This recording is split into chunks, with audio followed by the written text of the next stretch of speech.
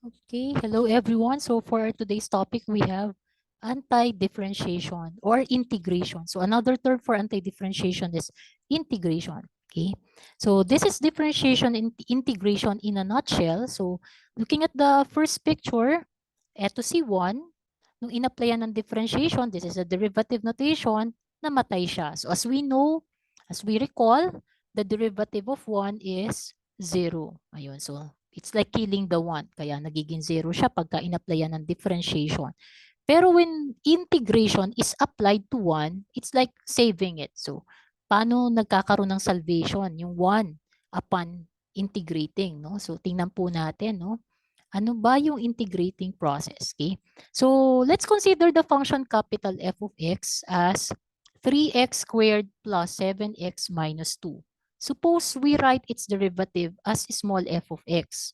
So, bali lumalabas yung small f of x is equal to the derivative of the capital F, ito yun, with respect to x. So, applyan natin ang differentiation to kasi derivative daw eh, no? So, paano nga tayo mag-differentiate? That will be 3 times 2, so 6x plus, pick upin si coefficient, 7. So, 6x plus 7 is our small f of x. Okay? Looking at this diagram, ito yung capital F sa left side. Differentiating that, we get 6x plus 7. So we say 6x plus 7 is the derivative of this capital F. Okay? Pero kung ito yung given sa atin, we apply the anti-differentiation, we will be getting 3x squared plus 7x minus 2 as an antiderivative of the given function small f of x. Okay? So, ibig sabihin yan, lumalabas, this is just one of the many antiderivatives this 6x plus 7 can have. Okay? Kaya ini-emphasize po natin, 3x squared plus 7x minus 2 is an antiderivative of 6x plus 7. Meaning, it's just one of the antiderivatives or just one of the integrals of 6x plus 7. Okay? Ang lungkot kasi si 6x plus 7, nag-iisa lang siya na derivative nito. Pero ito, one of the many lang. Yan, parang kumbaga ito playboy. Ang dami niyang girlfriends. Pero ito stick to one lang. Ito lang yung kanyang derivative. Okay? So with that, ano kaya yung ibang antiderivative ni 6x plus 7? Okay? Diba si 3x squared plus 7x plus 5? Pagka dinifferentiate mo, 6x plus 7 pa rin yun. Ganon din to, no? Diba? 6x plus 7 din ang derivative niya. Also this one, no? Kahit 300 pa yung constant mo, differentiating this will also be 6x plus 7. Also this fraction, no? Kahit negative 1/4 pa yung constant, differentiating this is 6x plus 7 pa rin. Also, kahit gawin mong pa yung constant, 6x plus 7 yung derivative pa rin. Okay? So, you notice nagkakatalo lang sila dun sa constant value. Nandun pa rin yung presence ni 3x squared plus 7x. Okay? So, ibig sabihin yung constant natin can be any number, any real number, can be a big number, small number, negative, fractional number. Pwede rin siyang irrational number, just like the pi here. Okay? So, ang daming antiderivatives na pwede. There are infinitely many antiderivatives for the function 6x plus 7. Okay? So, paano nga ba kumuha ng antiderivative? Nakita natin nagkakatalo lang sila sa constant. No? So, recall natin paano tayo nagdi-differentiate. So, we multiply the coefficient by the exponent. And then, the next thing is, we subtract 1 from the exponent. Okay? Ayan. So ngayon, ang gagawin natin, di ba, kung dito, nauna yung pag-multiply, tapos sumunod yung pag-subtract ng 1, pag binabalik natin siya back to the original function or original form, okay? Yung uunahin natin, yung huling process, yung huling process na pinerform natin, yung reciprocal or reverse process niya, yung una nating babalik na rin, okay? So, i-assume natin na ang given sa atin ay ganong form pa rin ng function. Ganito, di ba? Usually yung itsura ng function that we see or ng term, no? So, ito, nag-subtract tayo ng 1 from the exponent. Dito ang gagawin natin, yung reverse nun. What is the reverse process of subtracting 1? It's addition of 1 to the exponent. So add tayo ng 1 to the exponent. What's the reverse process of multiplication? Division. Okay, so we divide the coefficient by the new exponent. So we divide the coefficient by the new exponent. Notice that this has a restriction. Bawal tayong maging 0 sa denominator. So that means Rn here must not be equal to -1. So please take note of that. Okay? So ayun po. Ayan, let's consider this illustrative example. Yan, meron tayong y prime equal to, another notation of that is dy dx, which is equal to this polynomial of degree 4. Okay? We can now write this differential dito sa taas, parang multiplying both sides by dx, we have this expression. Multiply natin yung dx papunta sa right side. Okay, tas dito nag-cancel na siya. So dy na lang. Now we can integrate, perform the integration on both sides. This is the integral symbol. Okay, this is the differential factor. Differential factor on the right side. Okay. So ano ba yung integral ng dy with this illustrative example? Ano yung function whose derivative is 1? Okay, 1y, di ba? Ano yung function whose derivative is 1? Ano yung, di ba understood na kasama nito is 1? So ano ba yung function whose derivative is 1? It's y. Di ba? Kasi y yung variable natin. Tapos dito ang gagawin natin, di ba? Gawin natin, mag-add tayo ng 1 sa exponent. So 4 plus 1, gawin na natin yung process na natutunan natin is 5. Tapos divide coefficient by 5. So it's like writing the new exponent twice. Okay? 2 plus 1 will be 3. So divide by 3. Understood exponent of this is 1. 1 divided by 1 is 2. Divide by 2. We have a constant. Combining it with the variable here, that will be 9x. Kasi ito yung function whose derivative is 9. Okay? Diba pinipick up lang natin yung coefficient. And then, we have a plus c to take care of all functions whose derivative is 0. Okay? So simplifying, this will be x to the 5th minus 2x cubed plus 4x squared minus 9x plus c. Ayan. So you can check that this is correct by getting the derivative of this. Okay? So derivative nga differentiate nga natin. This will give us 5x to the 4th. Check. Minus 6x squared. Check. Plus 8x. Check. Minus 9. Check. And then plus 0. Okay? Check. So that means this antiderivative. So the antiderivatives of this function are of this form. Okay. Now let's go to our theorems. Ang shortcut. If we have this one, yan, the understood expression here is 1. So we just have to write it as 1x or simply x plus c. Okay. So ito naman, we have an integral of dy that will be y plus c. Tapos pag meron tayong ganito, we have a sum or difference of these two functions. We just have to write that as integral of the sum, or integral of a sum is equal to the sum or difference of two integrals. Okay? So that means pagka plus or minus yung nandito, pwede nating integrate, di ba? Parang integrate lang natin term by term. Okay? So pagka meron tayong constant, we just write the constant outside the integral. So it will become the coefficient of the integral. Okay? Similarly, if you have this one, meron kang k times a function. Yan, pwede mong ilabas yung k sa integral. And that becomes k integral of f of x dx. By the way, ito, hindi lang tayo limited sa variables x and y. Ano? So pwede rin maging dt, du. Let's write it here. Yan. So kunwari meron ka ditong integral of dt. This will be t plus a constant c. Kunwari du. This will be u plus c. Or d theta. This will be theta plus c. So kung ano yung variable natin dun sa differential, that becomes our answer. Lagyan lang natin ng plus c to take care of the functions whose derivative is 0. Okay, now let's consider this example.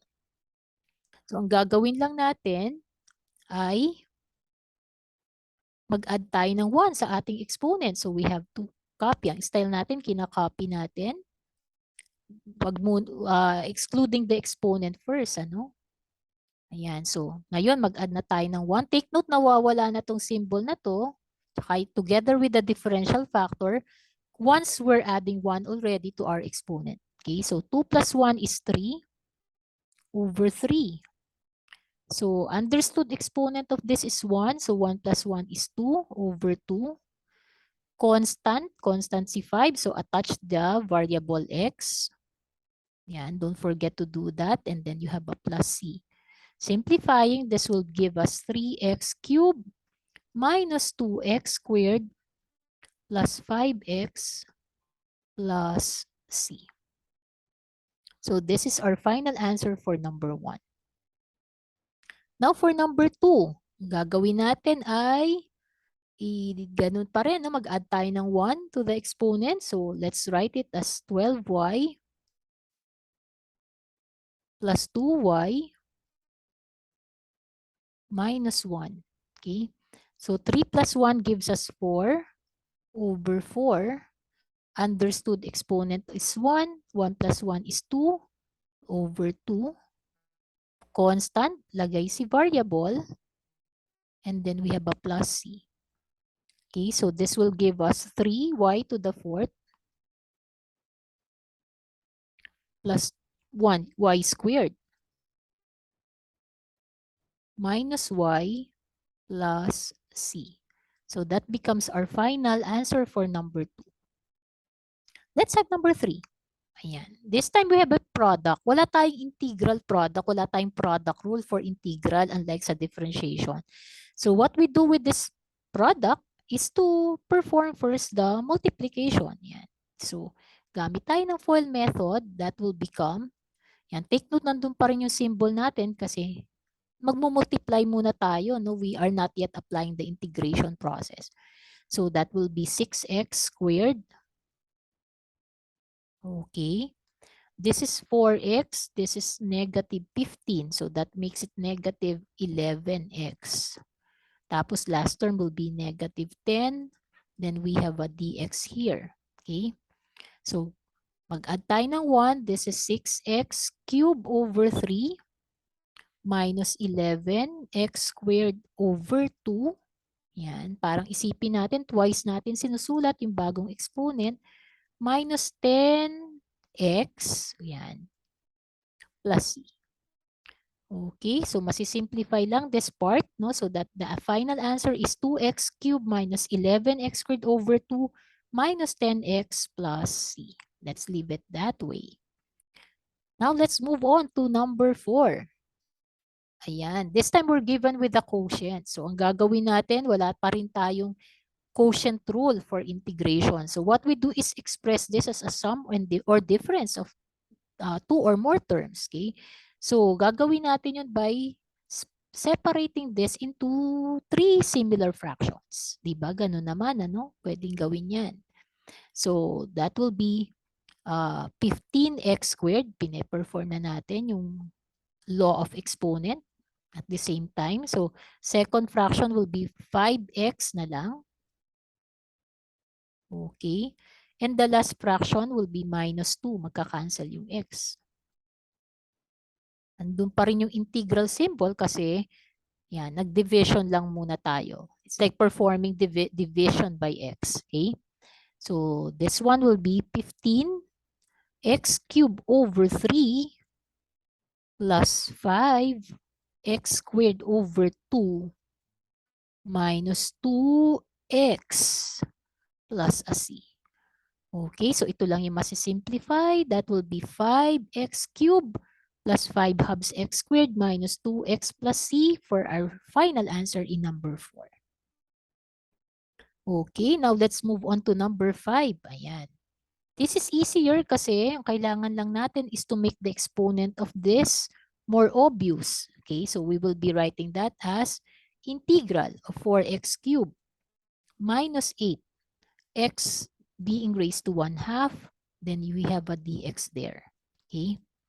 Ayan, so we have here 4x to the 4th over 4 minus 8x. 1/2 plus 1 is 3/2. So over 3/2 plus c.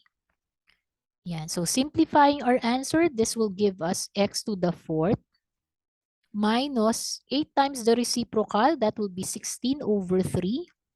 X to the 3/2 or x square root of x plus a c.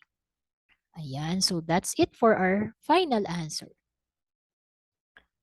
Let's consider the following examples naman. So I strongly encourage you to get a scratch paper and answer numbers 6 to 10. Yan, you can pause this video and try this on your own. Challenge natin yung sarili natin and see if we are understanding the lesson so far. Okay. Okay, so i-assume ko that you have already paused the video and tried answering. Okay. Sige, sagutan natin. Let's check your answer. Let's consider number 6. Yan. So, ang gagawin naman natin ay, diba, mag-a-add lang tayo ng 1 sa exponent. Yan, this will be easy. So, mawawala na yung integration symbol pag ginawa natin yon. So, we have 12x cubed over 3 minus 8. Understood exponent is 1. So, x squared over 2 plus 7. Sama natin yung variable pag constant and then plus c. So, this will give us 4x cubed minus 4x squared plus 7x plus c. So, that's your answer for number 6. Let's have number 7. Okay, so same thing, no? We just have to add 1 to our exponent. So, this will give us, this time, let's be conscious that our variable is y. So, we will have to add 1. So, pag ready na tayo mag-add ng 1, minsan ang tawag ko dito is plus 1 rule. Ano? This will give us 2y to the 4th over 4. Remember, twice natin sinusulat yung bagong exponent. 7y squared over 2 minus 3. Constant, attach si variable. Isipin natin si constant, nag-iisa siya, kailangan niya ng companion and that's the variable. Then we have a plus c. Ayan, so ito lang yung masisimplify. That will be y to the 4th over 2 plus 7/2 y squared minus 3y plus c. Now, let's go to number 8. Ayan, this time medyo kailangan natin ng PEMDAS rule. So we have to perform the squaring of this binomial first before we apply multiplication. Okay, so gamit tayo ng ibang pen. Yan, let's get the square of this binomial first. So meron kang integral of 4x plus 1 multiplied by 25x squared minus 10 times 2 is 20x plus 4 dx. Ayan. So, ang ating magiging integral, that will be 100x cubed. Tapos, meron kang positive 25, negative 80. Negative 80, positive 25 is negative 55 x squared. Okay. Tapos, negative 20, positive 16 is negative 4x.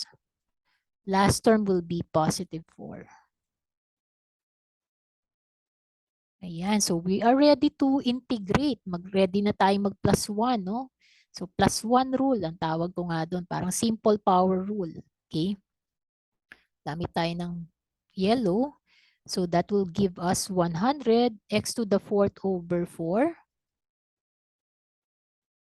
minus 55 x cubed over 3 minus, let's be guided by the exponent, ha? Tapos ito, understood exponent is 1. So, minus 4 x squared over 2 plus 4 x plus c. Okay? So for our final answer, we can just simplify some of the terms here. So like this one, 25x to the fourth minus 55 over 3x cubed minus 2x squared plus 4x plus a c. So there you go for number 8.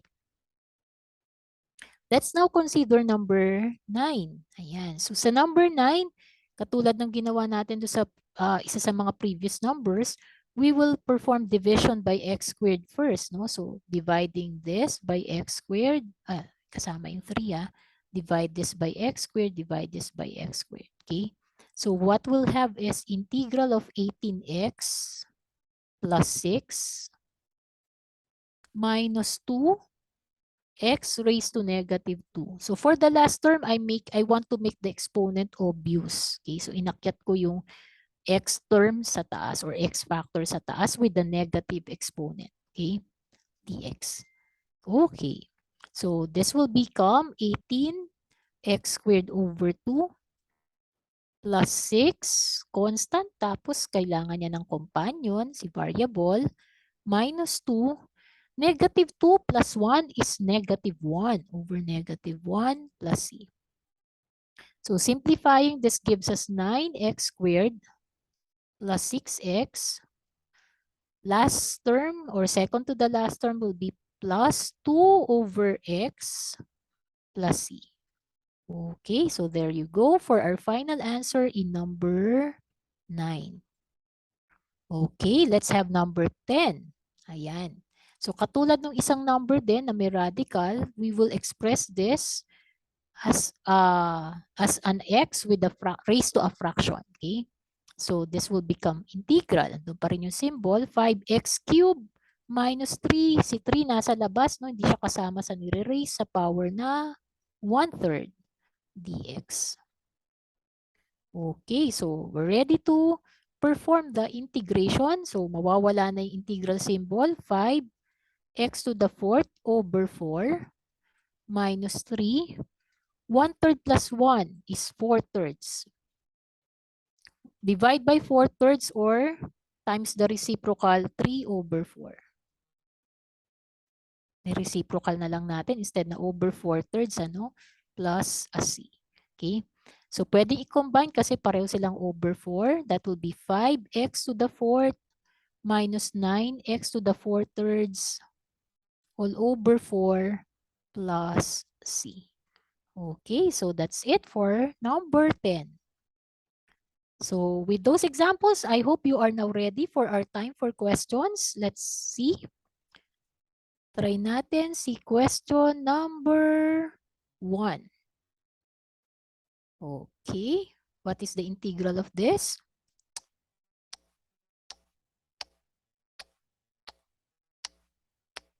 Okay, fast forwarding our timer. Yan, let's have this one.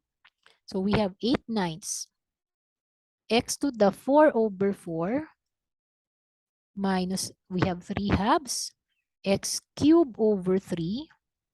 Yan, nagpa-plus 1 lang tayo sa mga exponent, and then don't forget to write it twice, no? Parang yung si Santa Claus, no? And checking it twice, ito naman, and writing it twice. 1/4 is a constant, so 1/4 will be multiplied by x plus c. We can simplify. So final answer will be 2 over 9 x to the fourth minus 1/2 x cubed plus 1/4 x plus c. So this is it for our final answer in number 1. Let's have number 2. What is the integral of this? Okay, fast forwarding our timer. You can always pause our video if you want longer time answering. Okay? Yan. So in the case of this one, we have to square this. No? So paano tayo mag-square? So ito, ang pagsamahin natin ay itong dalawa. Okay? So that will be integral of 25x to the fourth plus twice the product of this. So that would mean 10x squared multiplied by x minus 1. That will be 10x cubed minus 10x squared. Plus the square of this one, that will be plus x squared minus 2x plus 1. Ayun. So, pwede nating i-combine ito. Okay, so we have integral 25x to the fourth plus 10x cubed minus 9x squared minus 2x plus 1. Okay, so mag-add na tayo ng 1 sa exponent natin. So 25x, 4 plus 1 is 5 over 5. Okay. 10x, 3 plus 1 is 4 over 4 minus 9. 2 plus 1 is 3 over 3 minus 2. X, understood exponent is 1. 1 plus 1 is 2 over 2 plus constant, lagyan ng variable x. So 1x is just x plus a c. So final answer will just be 5x to the fifth plus 5 halves x to the fourth minus 3x cubed minus x squared plus x plus a c. Okay. Now let's go to number 3. Okay, fast forwarding our timer. Let's perform the multiplication first, no, before we divide, no. So ang numerator natin will give us x cubed plus 5x squared minus 3x minus 15. So all over x to the fifth. This is x. Okay. So apply tayo ng division, pero mas likely law of exponent yung gagamitin natin by subtracting the exponents, no? So the first term will be x raised to 3 minus 5, that's negative 2. Second term, 2 minus 5 is negative 3. So we have an x raised to negative 3 minus 3. 1 minus 5 is negative 4. And then for the last term, we have minus 15x to the negative 5. Okay, so we're ready to apply the simple power rule or the plus 1 rule, ika nga, no? So negative 2 plus 1 is negative 1 over negative 1. Tapos dito, negative 3 plus 1 is negative 2 over negative 2. We have minus 3 here. Negative 4 plus 1 is negative 3 over negative 3 minus 15. Negative 5 plus 1 is negative 4 over negative 4 plus a c. So simplifying, this will be negative 1 over x. This will be minus 5 over 2x squared. This will be, kakancel na po, plus 1 over x cubed. This will be positive 15 over 4 x to the fourth plus a c. Okay, so ito na po yung ating final answer. Okay, let's consider number 4.